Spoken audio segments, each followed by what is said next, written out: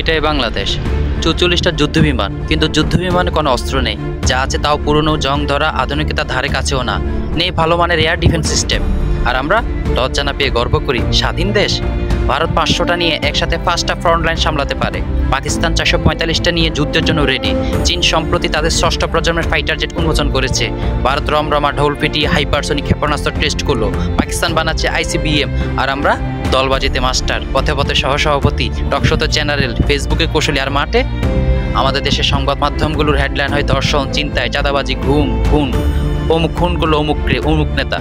আমাদের একটাই special squad, keyboard battalion. Post দিবে, শেয়ার করবে, দেশপ্রেম জাহির করবে। আর বাস্তবে একটা গোলা উঠলে পাত্তা নাই। আসল শত্রু বাইরের না, আমরা নিজেরাই শত্রু নিজেদের। কারণ আমরা যুদ্ধের জন্য না, তর্কের জন্য জন্মেছি। বাচ্চা জন্মের পর স্কুলে ভর্তি হয় না, আগে দল চিনে। ডাক্তার জীবন বাঁচায় না, দল বাঁচায়। ইঞ্জিনিয়ার বিল্ডিং বানায় না, বরাদ্দ চিবায়। পুলিশ আর্মি অফিসারও রাজনীতির ব্যানারে ঝুঁকে পড়ে। এই তো আমরা মেধাহীন, পরিকল্পনাহীন, দায়িত্বহীন।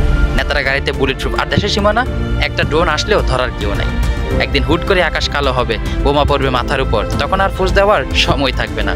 তখন বুঝবো দেশটা ফেসবুক দিয়ে রক্ষা হয় না। তখন বুঝবো বন্ধু দেশ বলে কিছু নেই, যার অস্ত্র আছে তারই দাপট চলে। এই ঘুম, এই ডুল বাজানো দেশপ্রেম সব পুরো ছাই হয়ে যাবে একটুখানি আগুনে। আমরা তখন কাঁদবো, কেউ শুনবে না। এরা নিজের দেশের কথা ভাবে না, অন্য দেশ নিয়ে গবেষণা করে। এটাই প্রিয় সোনার বাংলাদেশ।